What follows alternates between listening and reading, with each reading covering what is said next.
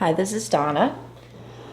I'm gonna make a mini December album for 2015, and I'm gonna use this little chipboard mini album. I believe it came from Maya Road. It has 8 pieces of chipboard in it. It's 4x4.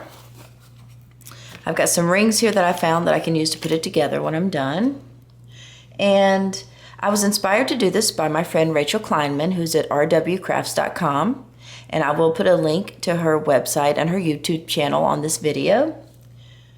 And she is doing a lovely mixed media December album, and I thought I would do a mixed media album too, because that's normally what I do. I either make cards or do mixed media projects. I don't do much scrapbooking, so this is a little different for me. But when I was looking through my stash, I found this paper pad that I bought a couple weeks ago from scrapbook.com. It's from Kaisercraft, called Holly Jolly.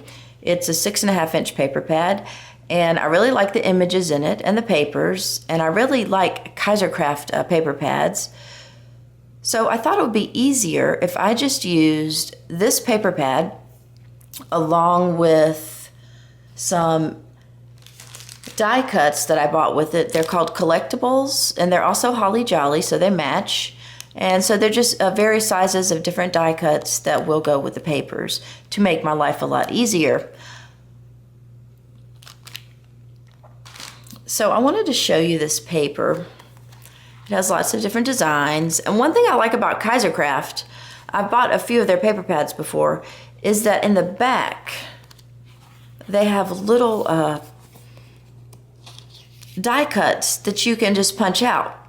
See, they're already perforated. You can just punch them right out instead of having to fussy cut. So that makes life a lot easier. And there's some more.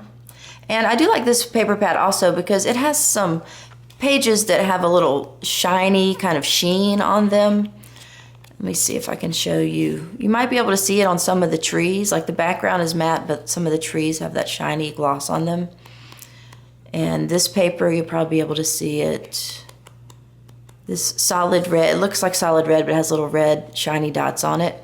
So I just like that. It has, you know, some papers like that with a little sheen. The others are just regular flat matte papers.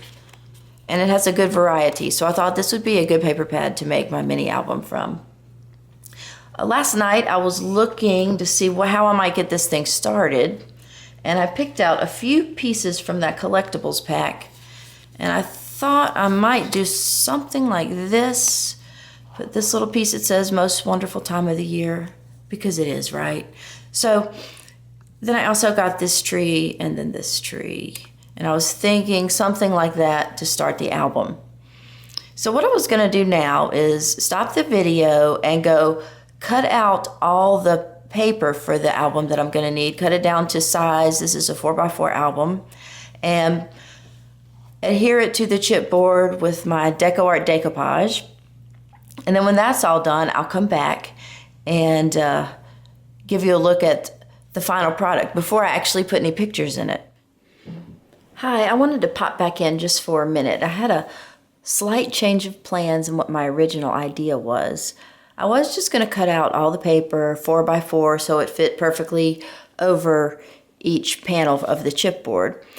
And then I thought, well, maybe I could do something a little different, a little more interesting. And I thought, maybe if I cut them down to size, a little bit down in size to, I did this at 3¼ by 3¼ Then I don't have to worry about punching the holes right here.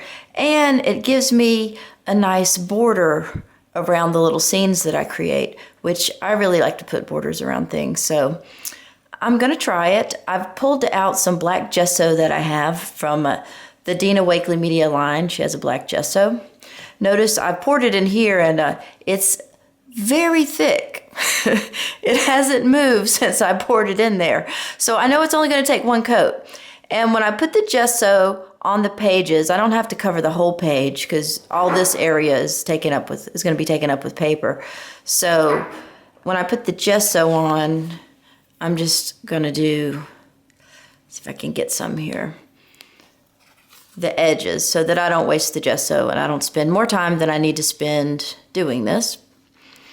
but I'll probably just do something like that. So just so that I can get a nice border around my pages. I think that'll add some interest to it that you wouldn't get if you just had the whole solid sheet of paper covering the whole panel.